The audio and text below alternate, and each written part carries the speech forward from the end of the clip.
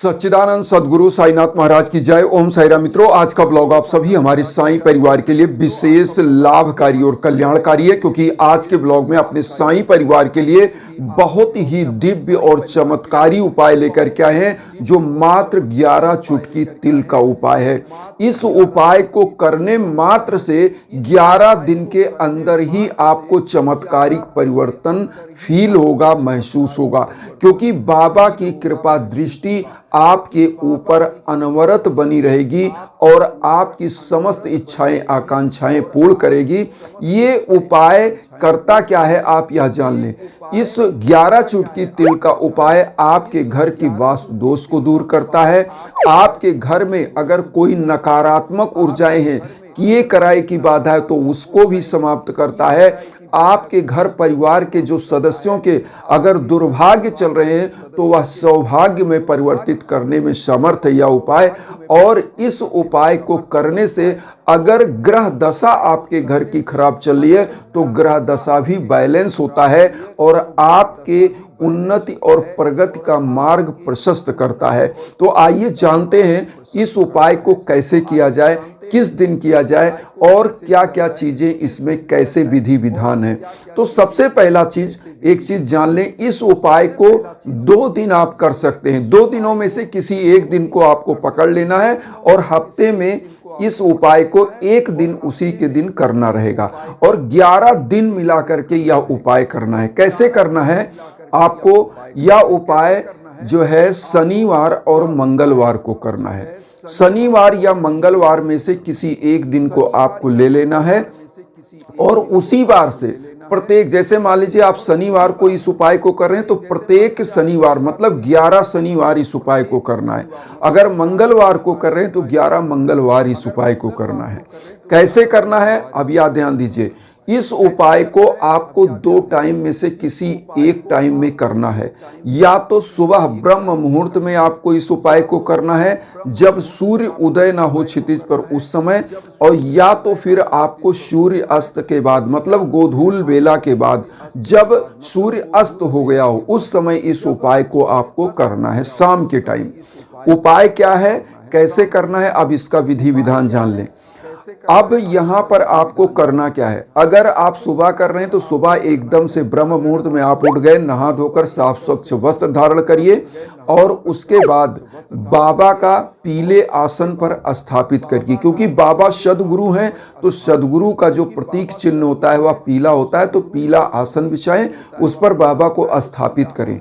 आपको यहाँ लेना क्या है, तिल का तेल या सरसों के तेल का दीप लेना है, क्योंकि शनिवार और मंगलवार को आप तिल का या सरसों के तेल का दीप जला सकते हैं और यह बहुत ही शुभ माना जाता है। बाधाओं को काटने के लिए इन 2 तेलों को, सरसों का तेल और तिल का तेल, बहुत ही उत्तम माना जाता है। तो आप चाहे सरसों का तेल, मस्टर्ड ऑयल आपके घर में हो या तिल का तेल हो आपके घर में, मार्केट में मिल जाएगा, आप ले लीजिए, इसको आप रख लीजिए। अब आपको क्या करना है, दीप ले लिया, एक धूप बत्ती ले लिया, 1 लोटा जल लीजिए और 11 दिन आप करेंगे तो प्रत्येक दिन 1 चुटकी इतनी सी, मतलब कम से कम 20-25 तिल आ जाएं, काले वाले तिल आपको ले लेना है। इस तिल को क्या करना है, सबसे पहले आपको दीप को प्रज्वलित कर देना है। दीप को प्रज्वलित करिए, उसके बाद धूप बत्ती को प्रज्वलित करिए और लोटे का जल अब यहाँ पर क्या करेंगे, चारों तरफ छिड़क देंगे। बाबा को जो है पीला पुष्प या लाल पुष्प, जो भी इस दिन आप कोई भी पुष्प, क्योंकि शनिवार का दिन है तो लाल पीला जो भी पुष्प मिले वह पुष्प बाबा के श्री चरणों में अपनी मनोकामनाएं बोलते हुए चढ़ाना है। कैसे चढ़ाना है आप इसको ध्यान दीजिएगा। जो 1 चुटकी आपने तिल लिया है, सबसे पहले बाबा के चरणों में उसको छुआ करके एक पात्र में, जो दीप है ना उसमें आप डाल दीजिए।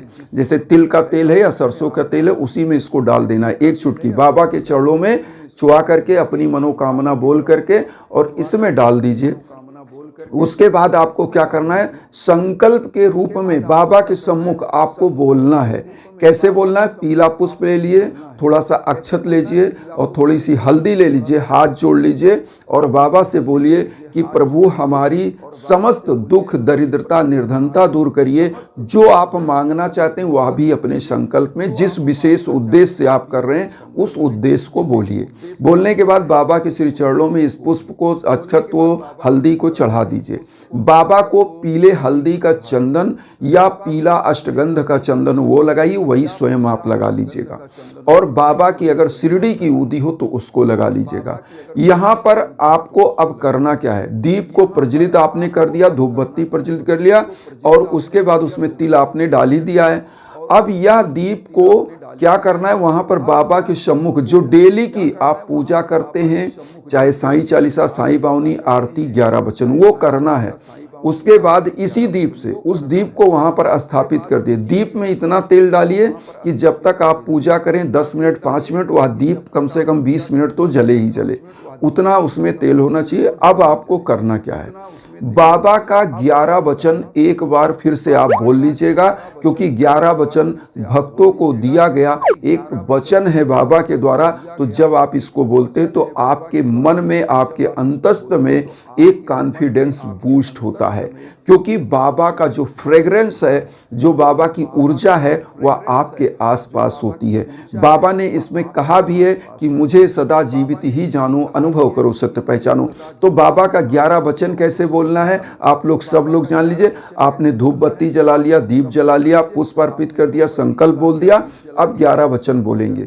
जो शिरडी में आएगा आपद दूर भगाएगा, चढ़े समाधि की सीढ़ी पर, पैर तले दुख की पीढ़ी पर, त्याग शरीर चला जाऊंगा, भक्त हेतु दौड़ा आऊंगा, मन में रखना दृढ़ विश्वास, करे समाधि पूरी आस, मुझे सदा जीवित ही जानो, अनुभव करो, सत्य पहचानो, मेरी शरण आ खाली जाए हो तो कोई मुझे बताए, जैसा भाव रहा जिस जन का वैसा रूप हुआ मेरे मन का, भार तुम्हारा मुझ पर होगा, वचन न मेरा झूठा होगा, असहायता लो भरपूर, जो मांगा वह नहीं है दूर, मुझ में लीन वचन मन काया, उसका ऋण न कभी चुकाया, धन्य धन्य वह भक्त अनन्य, मेरी शरण तज लेना अनन्य। अब आपको इस दीप को क्या करना है? ध्यान दीजिए। 11 वचन आपने बोला, बाबा को प्रणाम किए और इस दीप को, धूप बत्ती को एक थाली में आप रख लीजिए।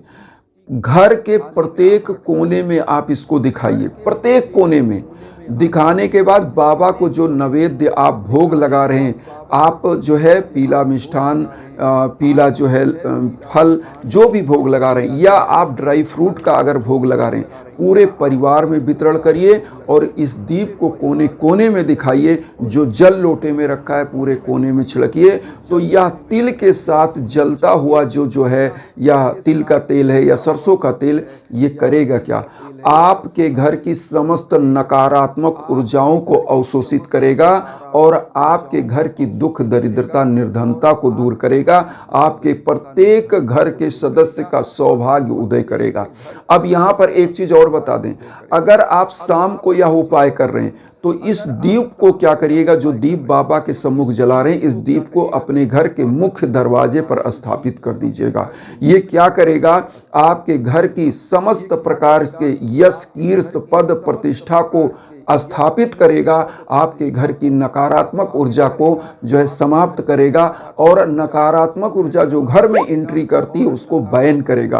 क्योंकि दीप के लिए लिखा गया है, शुभम करोति कल्याणम आरोग्यम धन संपदाम शत्रु बुद्धि विनाशाय दीप काय नमो अस्तुते। दीप के लिए यह वंदना लिखी गई है। तो यह एक दीप आपके घर परिवार के समस्त प्रकार के दुर्भाग्य दूर करेगा और बाबा की कृपा से यह प्रज्वलित किया गया दीप अनवरत आपके घर में यश, कीर्ति, पद, प्रतिष्ठा, धन, लक्ष्मी को स्थापित करेगा।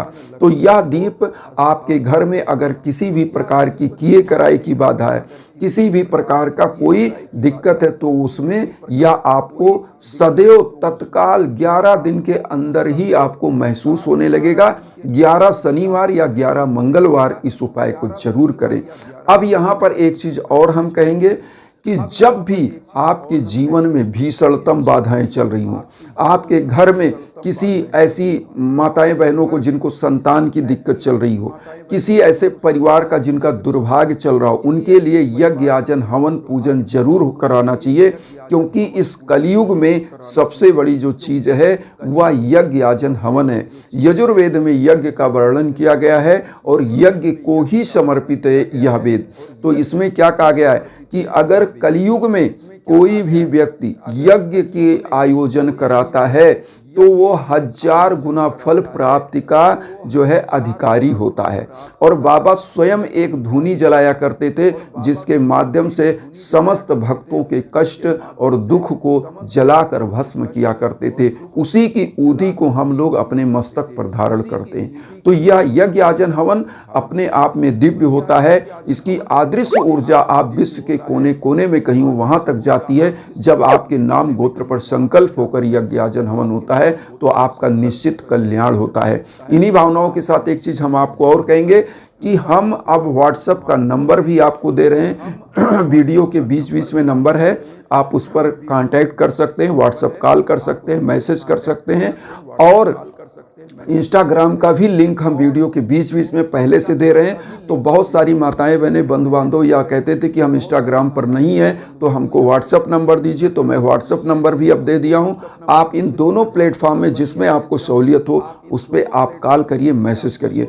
यहाँ पर एक चीज़ और हम आप लोगों से कहेंगे कि आप लोग ब्लॉग पर जब भी आए, वीडियो पर जब भी आए, कोई भी वीडियो अगर देखें बाबा की तो ओम साई राम जरूर कमेंट करें। इससे क्या होता है, आपके हाथों के द्वारा जब ओम साई राम लिखा जाता है तो आपके मन और कर्म और वचन से ओम साई राम निकलता है, तो उससे भी आपको एक ऊर्जा मिलती है। ओम साई राम जरूर लिखें, अपना लाइक कमेंट शेयर करें। और मैं एक चीज़ और अनुरोध करूंगा कि आप लोग वीडियो को जो है देखिए और चैनल को सब्सक्राइब करके जब जुड़ते हैं तो हमारी वीडियो आप तक पहुंचती है। और आप तक जब पहुंचती है तो आप उस वीडियो को देखते हैं तो बाबा का एक भी नाम आपके कान तक अगर पहुंचता है, श्रवण कर लेने से ही आपका कल्याण होता है। क्योंकि लिखा कलयुग का है नाम आधारा, सुमिर सुमिर नर उतर ही पारा।